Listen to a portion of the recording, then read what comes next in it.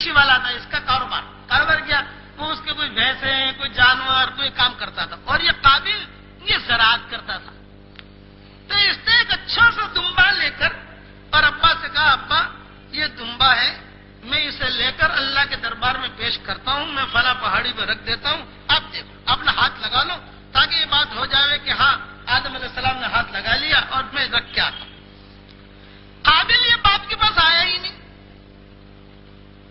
اس نے جو ہے وہ کچھ گیہوں اور کچھ ایسی چیزیں جو وہ بھی رکھ دی، وہ اس نے رکھ دی وہاں۔ اب سارے کے سارے نیچے کھڑے رہے، وہ لڑکیاں بھی کھڑی ہیں، امی بھی کھڑی ہیں، آدم علیہ السلام بھی کھڑے ہیں، سب بھائی بہن جو بھی تھے وہ سب طرف میں وہ کھڑے ہیں، دیکھ رہے ہیں۔ تو دیکھا کہ آسمان سے آگ آئی اور آگ نے آ کر حابل کا جو مال تھا اسے جلا دیا۔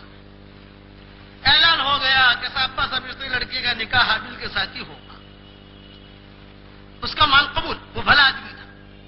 اب قابل کا مال قبول نہیں ہوا، اس اور غصہ آیا، اب غصے میں اس نے حابل سے کہا لاقتلنک، تجھے قتل کر دوں گا، لاقتلنک، یہ قرآن کا جملہ ہے، لاقتلنک، کہنے مطلب کہ لڑکی بھی گئی، جس لڑکے سے شادی کرنا چاہتا تھا وہ بھی گئی، اور دوسرے کی میری ذلت بھی ہوئی کہ سب نے دیکھ لیا کہ میرا مال قبول نہیں ہوا، تیرا مال قبول ہو گیا۔ یہ قرآن میں لاقتلنک۔ حابل بھلا آدمی تھا، اس نے کیا کہا، بھائی دیکھ میں تو تجھے صحیح رہبری کرتا ہوں، بھائی انما یتقبل اللہ من المتقین، اللہ تعالیٰ تو تقوی والوں کا مال قبول کرتا ہے، بھائی تو بھی تقوی اختیار کر تو اللہ تیرا مال بھی قبول کرے گا۔ نہ میں تو تجھے مار کے ہی رہوں گا۔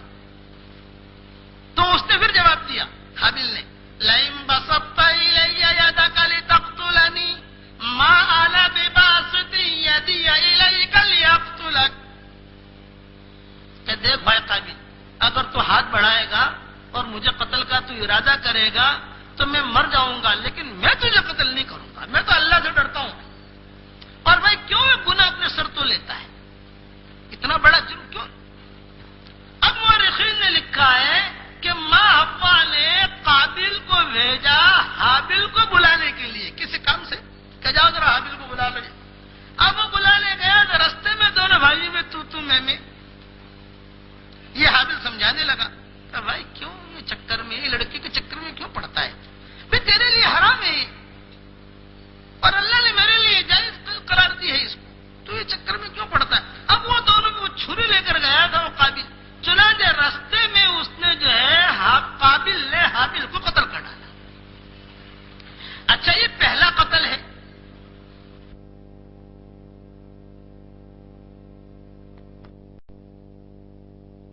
حضور صلی اللہ علیہ وسلم فرماتے ہیں، مسند احمد کی روایت ہے کہ قیامت تک جتنے بھی قتل ہوں گے سب سے سارے کے سارے قتلوں کا گناہ قابل کے سر کے اوپر ہوگا، اس کے گردن پر قتل جو اس کے سر یعنی گناہ رکھے جائیں گے۔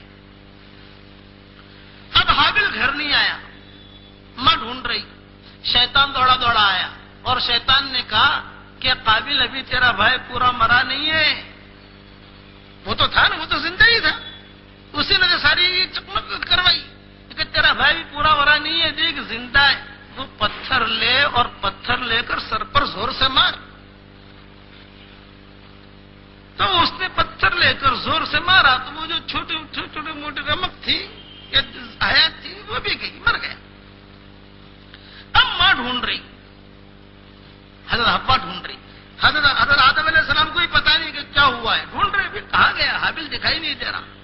شیطان یہاں آیا، یہ کہا کہ تمہارا لڑکا سویا ہوا ہے، کچھ کھاتا بھی نہیں کچھ پیتا بھی نہیں اور کوئی بات بھی نہیں کرتا، بھی ہے کہاں، یہ کہ فلاں جگہ۔ اب دوڑو گئے تو دیکھا ہلا رہے ہیں، اب موت کی پہلی مرتبہ دیکھ رہے۔ آدم علیہ السلام نے کہا کہ اوہ اس کا تو انتقال ہو گیا۔ اور ایک روایت میں یہ ہے کہ قابل نے جب یہ کام کیا تو اس کے بعد اسے شرمندگی ہوئی کہ میں نے میرے بھائی کو قتل کر ڈالا، اپنے گود میں لیا، بھائی جاگ جا، او بھائی بھائی کھڑا ہو جا، بھائی بھائی، لیکن وہ بھائی کہاں بولتا ہے، وہ تو مر گیا۔ اور کئی دنوں تک وہ اپنے کندھے پر اٹھا کر قابل جنگلوں کے اندر گھومتا رہا، پتہ نہیں کہ صاحب اس کو دفن کیسے کریں، کیا کریں. اچھا ماں باپ کو پتا چلا تو ماں باپ کے دل میں جو تکلیف، جو فطری محبت ہوتی ہے بیٹی کے، چاہے کیسا بھی ہو، اور تھا بھی بھلا ہی، اچھا آدمی تھا، حابیل جو تھا اچھا آدمی تھا. اب یہ قابل بڑا پریشان ہے، کیا کرو؟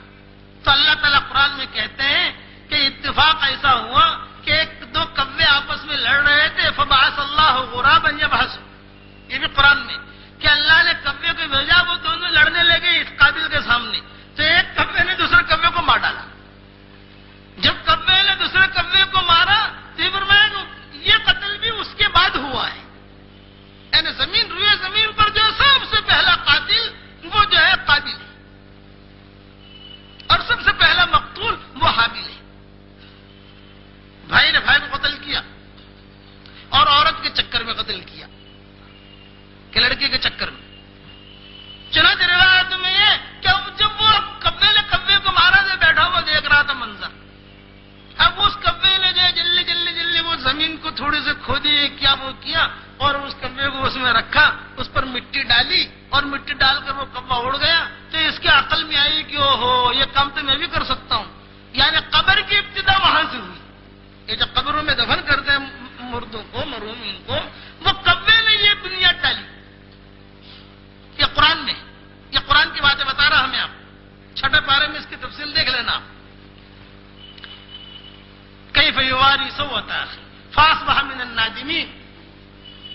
قابل کو جو ہے بہت ندامت ہوئی، بہت رونے لگا، اور آدم علیہ السلام پر بہت ٹھیس پہنچی. آدم علیہ السلام نے اللہ سے دعا کی، اے اللہ میں چاہتا تھا کہ میرے بعد ہی میرا بیٹا حابیل جو ہے شاید میری جگہ پکڑے، میرا جانشین بنے، اور میں تیرے پاس آؤں تو میرے پیچھے کوئی اولاد ایسی چھوڑ کر آؤں جو کام کی ہو، لیکن اب یہ تو مر گیا.